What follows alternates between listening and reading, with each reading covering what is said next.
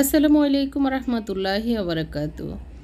আমি আজকে আমার ড্রয়িং রুমটি একটু মেকওভার করব, একটু ওলটপালট করব, সেটাই আপনাদের সাথে শেয়ার করব এবং দুপুরের রান্নায় কি করছি সেটাও থাকবে আজকের ভিডিও। এই সোফাটা ওখানে নিয়ে যাব আর ছোট যেটা ওইটা এদিকে নিয়ে আসবো। তো এখন তো সকালবেলা আসলে ঘর মুছতে চলে এসেছে মেয়েটা, তো ওকে মানে রেহানা নামে এক মেয়ে, তো ও ঘর ঝাড়ু দিবে। তো এর আগ দিয়ে ভাবলাম যে এটা করে ফেলি, না হয় নিচে ময়লা টয়লা থাকলে সেটা পরে আবার উলট পালট করতে গেলে ময়লাগুলো বেরিয়ে আসবে, মোছার দরকার হবে, সেই কারণে ওইভাবে এখন করে নিয়েছি। আর এই সোফাগুলো আমি এখন ড্রয়িং রুমে নিয়ে যাব। এটা হচ্ছে ডাইনিং স্পেসে, কমন স্পেস যেটা ওইটাই। তো এগুলি নিয়ে গিয়ে আমি যেটা সিঙ্গেল একটা সোফা ছিল সেটা এখানে নিয়ে এসেছি। তো একটু সেট করার চেষ্টা করছি কীভাবে করব। তো আসলে দেখতেছি, দেখা যাক এই আর কি। তো এখন এভাবে রেখেছি, কিভাবে রাখবো পরের ভিডিওতে দেখতে পাবেন। তো ড্রয়িং রুমে আমি একটু টি টেবিল এনে রাখতেছি, যে টেবিলটা কমন স্পেসে আছে দুই সোফার মাঝখানে, সেটা এখন এখানে দিয়ে দিব। মানে ড্রয়িং রুমে এখন দুইটা টি টেবিল থাকবে, মানে দুই সেট সোফার সাথে দুইটা টি টেবিল আর কি। একটা টি টেবিলে আসলে হয় না, কারণ সোফা অনেক দূর টি টেবিল থেকে হয়ে যায়, তো কোনো কিছু নাস্তা দিতে গেলে অনেক দূর থেকে নিতে হয়, সেই কারণে দুইটা টি টেবিল থাকলে সুবিধা হবে। তো ওগুলো ওইভাবে রেখে আবার রান্নাঘরে চলে এসেছি, কিছু আদা রসুন পেস্ট করতে হবে। একটু সবজি রান্না করছি মাছ দিয়ে, সবজিটা হচ্ছে। আর এদিক দিয়ে আমি রাইস বসিয়ে দিয়েছি। আসলে পাশের বাসার ওনারা আর কি, বেশি একটা পরিচয় হয়নি এখনও। রমজানে আমি একটু ইফতার পাঠিয়েছি, ওনারাও দিয়েছে এরকম আর কি। আর গত পরশুদিন রাতে মিষ্টি পাঠিয়েছিল, তো ওনাদের বাটিগুলোতে কিছু একটা দেওয়া দরকার। ভেবেছি পুডিং বানিয়ে দিব বা মিষ্টি জাতীয় কিছু করে দিব, কিন্তু আবার চিন্তা করতেছি মিষ্টি জাতীয় না দিয়ে একটু ঝাল কিছু করে দিই। তো আর আমার ছেলেরাও খাবে, সেই হিসাবে চিন্তা করলাম ফ্রাইড রাইস করি আর চিকেন ফ্রাই করি, ওনাদেরকেও দিলাম, আমার ছেলেরাও খাবে সেই হিসাবে। তো এদিক দিয়ে আদা রসুনগুলো একটু পেস্ট করে নিচ্ছি। আদা রসুনগুলো আসলে গত 2-3 দিন থেকে ছিলে রেখেছি, কিন্তু পেস্ট করা হচ্ছে না। আদাগুলো ডিপ ফ্রিজে আসলে ছিলে অনেক দিন আগে রেখেছি, তো ওগুলো বের করে রেখেছি নর্মাল ফ্রিজে পরশু দিনই। তো কালকে তো আসলে আমি ফেনে গিয়েছিলাম, সেই কারণে হয়নি। তারপরে এখন যেহেতু চিকেন রান্না করব বা ফ্রাই করব, এগুলিতে আদা রসুন অবশ্যই লাগবে। আর রসুনগুলিও ছিলে কুটে রেখেছি বক্সে, এখন নর্মাল ফ্রিজ থেকে এনে পেস্ট করে নিচ্ছি। তো আদাটা করে নিয়েছি। আসলে এই ব্লেন্ডারটা বেশি একটা ইয়ে করে না আর কি, অনেকক্ষণ পর্যন্ত চালাতে গেলে গরম হয়ে যায়, মানে মোটরটা নিচের অংশটা। তো এখন দেখতেছি গরম হয়ে গিয়েছে, তারপরে আমি আবার রসুনটা করার চেষ্টা করছি, কিন্তু রসুন করতে গিয়ে দেখি যে আসলে এটার ধোঁয়া বের হয়ে যাচ্ছে। তো আমি তাড়াহুড়ো করে নামিয়ে নিচ্ছি, কিন্তু এই যে দেখতেছি মনে হচ্ছে জ্বলে যাচ্ছে। তো আমি তো আসলে পেরেশান হয়ে গেছি, এত একটা কাজের জিনিস। আমার ছেলেরা সারাক্ষণ এটা দিয়ে জুস টুস করে খায়, মানে ছোটোখাটো, তো এই জন্য ওদেরও ভালো লাগে। তো কি করব, ওটা দেখি যে জ্বলে গিয়েছে, ধোঁয়া বেরোচ্ছে, গন্ধ ছুড়ে গিয়েছে। তো মোটরটা হয়তো ঠিক করাতে হবে, না হয় এভাবে পড়ে থাকবে আর কি, একদমই নতুন। তো ওইটা বাদ দিয়ে এখন এই যে বড় ব্লেন্ডারটাতে এখন রসুনগুলি করে নিতে হয়েছে। তো আসলে অনেক কিছু করতে গেলে ওইটা মানে হিট নিতে চায় না আর কি, অত বেশি মজবুত বা ইয়ে না আর কি, হাই ইয়ে নিতে চায় না। তো এদিক দিয়ে আমি চিকেনগুলো একটু বাটিতে নিয়ে নিয়েছি। রেগুলার আমরা আসলে রান্নার জন্য যেভাবে কাটি সেভাবে কাটা ছিল এগুলি। তো ওই কাটা টুকরাগুলি এখন আমি একটু আদা রসুন দিয়ে দিচ্ছি, একটু লবণ দিয়ে দিচ্ছি পরিমাণ মতো, গুঁড়ো মরিচ দিয়ে দিয়েছি, আর একটু দিয়ে দিব সয়া সস, একটু লেবুও চিবি দিচ্ছি, কারণ লেবু দিলে একটু ভালো লাগে খেতে। 1 চামচের মতো সয়া সস দিয়ে ভালো করে মিক্স করে এখন ম্যারিনেট করে রেখে দিচ্ছি। এদিক দিয়ে ফ্রাইড রাইসের জন্য কিছু সবজি কেটে নিচ্ছি। 2টা বরবটি নিয়েছি, অর্ধেক ক্যাপসিকাম আর একটু গাজর নিব, এই গাজরের অর্ধেক দিব। বেশি ফ্রাইড রাইস বেশি হবে না আর কি, 4-5 জন খেতে পারবে এরকম। যারা আমার চ্যানেলে নতুন এসেছেন, এখনও আমার চ্যানেলটি সাবস্ক্রাইব করেননি, প্লিজ আমার চ্যানেলটি সাবস্ক্রাইব করে নেবেন এবং পাশে থাকা ছোট্ট বেল বাটনটিও চাপ দিবেন, যাতে করে আমি যে নিয়মিত ব্লগ দিই সেগুলির নোটিফিকেশন আপনার কাছে চলে যায়। তো আমি এই বরবটিগুলোকে একটু কুচি কুচি করে কেটে নিচ্ছি, সবগুলোকে একদম ছোট ছোট করে কেটে নিব। ড্রয়িং রুম এখনও গুছানো হয়নি, রান্নাবান্না শেষ করে গুছিয়ে নিব, তো সেটাও দেখাবো আপনাদের সাথে কীরকম হয়েছে। আর পাশের পাশে যেহেতু খাবার দিব, সেই কারণে তাড়াহুড়ো করে আগে রান্নাটা শেষ করার চেষ্টা করছি। রান্না শেষ করে খাবার দিয়ে অবসর হয়ে ড্রয়িং রুমে যাব। আর এদিক দিয়ে কারেন্ট মিস্ত্রি ডেকেছি, মানে নিচে দারোয়ানকে বলেছি, ও পাঠাবে, বলল একটু পরে আসবে। তো কারেন্ট মিস্ত্রি আসলে কাজ করাতে হবে, কারণ ডাইনিং রুমটা আসলে একটু বড়, কমন স্পেসে আমরা যেখানে সোফায় বসি সেই জায়গাটায় ফ্যান লাগে না, মানে বাতাস লাগে না, ফ্যান লাগে না না তো বাতাস লাগে না, যার কারণে ওই সোফাতে বসলে একটু 5 মিনিট বসলেই একদম গরমে ঘেমে যাই, তো এই জন্য বসতেও পারি না। তো গত কয়েকদিন থেকে আসলে ফিল করতেছি একটা ফ্যান লাগানো দরকার, তো ফ্যান লাগাবো, এই জন্যই মিস্ত্রি ডেকেছি, কারণ ওখানে একটু বসতে ইচ্ছে করে, বাইরের দৃশ্য দেখতে খুব ভালো লাগে, তো বসা হয় না এই ফ্যানের কারণে। এই জন্য আর টুকিটাকি একটু কাজও আছে, সেই জন্যই কারেন্ট মিস্ত্রি ডাকবো। তো কারেন্ট মিস্ত্রি আসলে আসলে ঘরে আর অন্য কিছু করা যায় না, মিস্ত্রির কাজ বুঝিয়ে দেওয়া লাগে, আর আমি এক রুমে ঢুকে থাকতে হয়, আমার হাজব্যান্ড কাজ দেখাবে আর কি। তো যাই হোক, এখন আমি ডিমটা ভেজে নিয়েছি একটু লবণ দিয়ে, 2টা ডিম, আর হচ্ছে সবজিগুলো কেটে একপাশে রেখে দিয়েছি। এখানে আমি আরেকটু তেল দিব, তো একটু তেল কম মনে হচ্ছে, তার আগ দিয়ে একটু রসুন ভেজে নিচ্ছি, রসুনের একটু কাঁচা গন্ধ যাওয়ার জন্য আর কি, হালকা একটু ভেজে এখন একটু আদা দিয়ে দিব।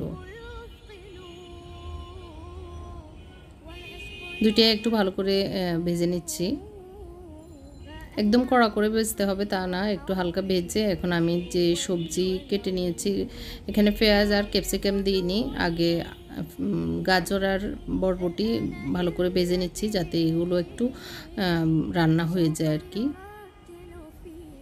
2 মিনিটের জন্য একটু ঢাকনা দিয়ে দিয়েছি, আর এদিক দিয়ে আমি ডিমগুলোকে ভালো করে কাঁটা চামচ দিয়ে ভেঙে নিচ্ছি। এই যে এর ভিতরে একটু সফট হয়ে গিয়েছে, এখন আমি বাকি পেঁয়াজ আর ক্যাপসিকামটা দিয়ে দিচ্ছি। আজকে এগ ফ্রাইড রাইস করব, খুবই টেস্ট হয় এভাবে। আপনাদের বাচ্চারা যারা খেতে চায় না, ফ্রাইড রাইস পছন্দ করে, মানে ভাত খেতে চায় না, ফ্রাইড রাইস পছন্দ করে, তাদের জন্য এই রেসিপিটা অনেক মজার। তো এখানে আমি একটু সয়া সস আর একটু ওয়েস্টার সস দিয়েছি, একটু নেড়ে আবার একটু টমেটো সস দিয়ে দিচ্ছি। পরিমাণটা আসলে রাইস কতটুকু দিবেন সেটার উপরে নির্ভর করবে, বেশিও দিতে যাবেন না, আবার বেশি কমও ভালো লাগবে না। তো এখানে আমি রাইসটা আগেই যেহেতু রান্না করে রেখেছি, ঠান্ডা হয়ে গিয়েছে এখন, তো এখন ভালো করে মিক্স করে নিচ্ছি, তার আগ দিয়ে এখন ডিম দিয়ে দিব, যেগুলো একটু বড় বড় হয়ে গিয়েছে আমি হাত দিয়ে ভেঙে দিচ্ছি। আর দিয়ে দিচ্ছি একটি ম্যাগি মশলা, এই ম্যাগি মশলার কারণে এই ফ্রাইড রাইসটার স্বাদটা দ্বিগুণ বেড়ে যায়। আর দিয়েছি গোলমরিচ পাউডার আর একটু ঘি, ভালো করে মিক্স করে নিচ্ছি। খুবই টেস্ট হয় এভাবে, সিম্পল। বাচ্চারা ভাত খেতে না চাইলে অন্তত এই রাইসটা খেলেও ওদের ফ্যাট বাড়বে, এই জন্যই আসলে আমার ছেলেরা খুব পছন্দ করে, ওদের জন্য আমি প্রায় সময় ঝটপট করে ফেলি। পাশের চুলায় এখন আমি চিকেনগুলো ভেজে নিচ্ছি মিডিয়াম আগুন দিয়ে, তো তাহলে ভিতর পর্যন্ত ভালোভাবে হয়, বেশি আগুন দিয়ে করতে গেলে উপরে লাল হয়ে যায়, ভিতরে কাঁচা থেকে যায়। তারপর শসা কেটে নিচ্ছি, শসা দিব সালাদ হিসেবে, সেই কারণে। তো এখন বেডে নিচ্ছি ওনাদের বাটিগুলোতে আর কি, তো ওনারা একটা বাটিতে মিষ্টি দিয়ে আর একটা দিয়ে ঢাকনা দিয়ে দিয়েছিল, তো আমি ওই 2টা বাটিতেই ফ্রাইড রাইস চিকেন ফ্রাইগুলো দিয়ে দিচ্ছি। আজকে আপনাদের সাথে একটি দোয়া শেয়ার করছি, আপনারা চেষ্টা করবেন এই দোয়াটি মুখস্থ করে রাখার, নামাজের আগে পরে বা যখনই আসলে মনে পড়ে এই মুখস্থ করা দোয়াটি পড়বেন। এটা অনেক মানে সুন্দর অর্থবহ, অনেক ভালো একটি আয়াত, তো এই দোয়াটি পড়ার চেষ্টা করবেন। হ্যাঁ, আমিও চেষ্টা করছি যখনই মনে পড়ে পড়ার, তো আপনাদের সাথেও শেয়ার করলাম। ভালো লাগলে মুখস্থ করবেন, পড়বেন, আমার জন্য দোয়া করবেন। তো এদিক দিয়ে রেডি করে নিয়েছি, ওনাদের জন্য পাঠিয়ে দিচ্ছি গরম গরম খাবারগুলি, তো মুত্তাকি নিয়ে যাচ্ছে। এরপরে আসলে চা খাওয়া হয়নি আজকে সকালে নাস্তার পরে। আমার হাজব্যান্ড বারবার বলতেছে চা বানাও, তো এই যে কাজের জন্য আর এতক্ষণ বানাইনি, মানে ফ্রাইড রাইস চিকেন ফ্রাই দুই পাশে হচ্ছিল, তো এখন চার পানি বসিয়ে দিচ্ছি। এখানে আমি এলাচ দারচিনি তেজপাতা দিয়ে, তেজপাতা লবঙ্গ আর হচ্ছে গোলমরিচ দিয়ে ভালো করে ফুটিয়ে নিয়েছি, তারপরে এখন দিয়ে দিচ্ছি চা পাতা। তো ভালো করে ফুটে নেওয়ার পরে কালারটা সুন্দর এসেছে। এখন আমি কাপের চিনিগুলো দিয়ে দিচ্ছি। দুইজনের, আমার ছেলে বললো ও মশলা চা খাবে। এমনিতে আসলে আমার ছেলেদের কখনো অভ্যাস করিনি চায়ের, ওরা চা খেতে চায় না কখনোই। আজকে মশলা চা বানাচ্ছি দেখে আমার বড় ছেলে বললো একটু ও খাবে, তো ওর জন্য সহ ঢেলে নিচ্ছি। আমারটাতে চিনি দিইনি, ওদের বাপ ছেলের জন্য একটু একটু চিনি দিয়ে দিয়েছি।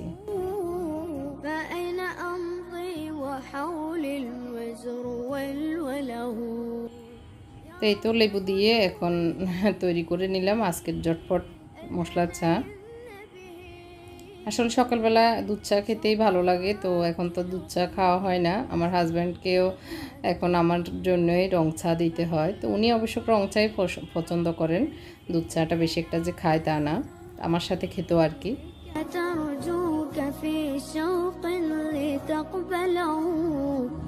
চা খেয়ে আবার রান্নাঘরে যেতে হবে, একটু করলা ভাজি করব। আমাদের জন্য সবজি রান্না তো করে নিয়েছি, তো করলাটা বসিয়ে দিয়েছি, একটু হলুদ দিয়েছি যার কারণে আজকে হলুদ হলুদ হয়ে গেছে। আর এখানে আরও ক্যামেরাতে অনেক কালার মনে হচ্ছে। এর ভিতরে মিস্ত্রি চলে এসেছে, মিস্ত্রি কাজ বুঝে নিচ্ছে আমার হাজব্যান্ড থেকে। এই যে সবজি রান্না করেছিলাম বাটিতে ঢেলে নিয়েছি, এটা দুপুরের জন্য। তো এইখানে যে ঝাড়বাতিটা ছিল সেটা খুলে নিয়েছে। এই যে এই জায়গাটাতে একটা ঝাড়বাতি ছিল, আমি এই ঝাড়বাতিটা কালার করেছিলাম, হয়তো অনেকে জানেন। তো সেটা খুলে এই জায়গাটাতে এখন ফ্যান দিবে আর কি, কারণ হচ্ছে এইটার নিচে এই জায়গায় বসা যায় না। তো এই যে ঝাড়বাতিটা খুলে এনে সোফায় রেখেছে, আমি এখন এটাকে ভালো করে একটু পরিষ্কার করে মুছে নিব। কয়েকদিন আগে মুছে নিয়েছি, তো তারপরে যেহেতু নামিয়েছে একটু মুছে দিয়ে আর কি। আমি সিঁড়ি দিয়ে লাইট ফ্যানগুলি যখনই মুছি, এই ধরনের ঝাড়বাতি থাকলে বা ওয়াল যে লাইটগুলি থাকে ওগুলি ভালো করে মুছে নিই। তো আজকে যেহেতু নামালো, ভাবলাম যে আবার কবে মুছবো না মুছবো, ভালো করে পরিষ্কার করে মুছে দিয়ে।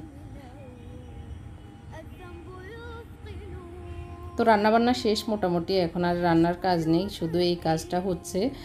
কারণ হচ্ছে নিচে অনেক এই যে ডিল করতেছে, নিচে ধুলাবালি পড়তেছে, তো এগুলো পরিষ্কার করা।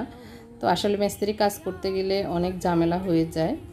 তো এই তো ফ্যান লাগানো হয়ে গিয়েছে, ফ্যান চলতেছে, এই যে দুইটা ফ্যান। আর এই জায়গাটাতে যেটা একটু তার বেরিয়ে আছে, এই জায়গাটাতে এখন এই ঝাড়বাতিটা একটু লাগিয়ে নিচ্ছে আর কি। তো এই জায়গাটা যেহেতু আছে, ভাবলাম যে এখানেই দিই, তাহলে ডাইনিং এবং ড্রয়িং দুই পাশেই মোটামুটি আলো যাবে যখনই জ্বালাই। যেহেতু এখানে একটা পার্টিশন আমরা অ্যাড করেছি, না হয় ডাইনিং ড্রয়িং একসাথেই ছিল। তো এই যে লাগানো শেষ, এইখানে দুইটা ফ্যান, তো এইভাবে করে নিয়েছি। আসলে এটা অনেক জরুরি ছিল। তো এদিক দিয়ে অনেক ময়লা পড়েছে ডিল করার কারণে, তো এখন ঝাড়ু দিয়ে নিচ্ছি উপরে নিচে সব কিছু, আবার মোছামাছি নতুন করে করতে হচ্ছে, কারণ সকালে তো ঘর মোছা হয়ে গিয়েছিল, তো এখন আবার নতুন করে করতেছি। তো এর ভিতরে আমার ছোট ভাই এসেছে, আমার ছোট ভাইয়ের বউ আম্মা বাবা বাড়িতে গিয়েছে, তো তামান্নারা গ্রামে বেড়াতে গিয়েছে, এই কারণে আর আমার ভাইকে বললাম তুই এসে এখানেই খাবি, তো এসে খেতে এসেছে আর কি। তো আসলে এর ভিতরে আমার ছেলেরা ফ্রাইড রাইস খেয়ে নিয়েছে, ওর জন্য আর ছিল না, ওকে বাদ দিয়েছি। সবজি ডিম আর করলা ভাজি আজকে এটাই ছিল। তো এই তো খাবার দাবার শেষ করে এখন এই ড্রয়িং রুমটা একটু গুছিয়ে নিচ্ছি। টি টেবিলটার উপরে একটা ম্যাট দিয়ে দিচ্ছি, দিয়ে জাস্ট একটা শোপিস দিয়ে দিব। এখন আর বেশি কিছু করব না, কিন্তু ড্রয়িং রুমটা আমি একটু সুন্দর করার চেষ্টা করব, তো সেটা আগামী ব্লগে দেখতে পাবেন আর কি। তো এই তো টি টেবিলটা এভাবে নিয়েছি, আর সোফা যেগুলি এনেছি সেগুলোর উপরে কুশন কাভার দিয়ে দিচ্ছি।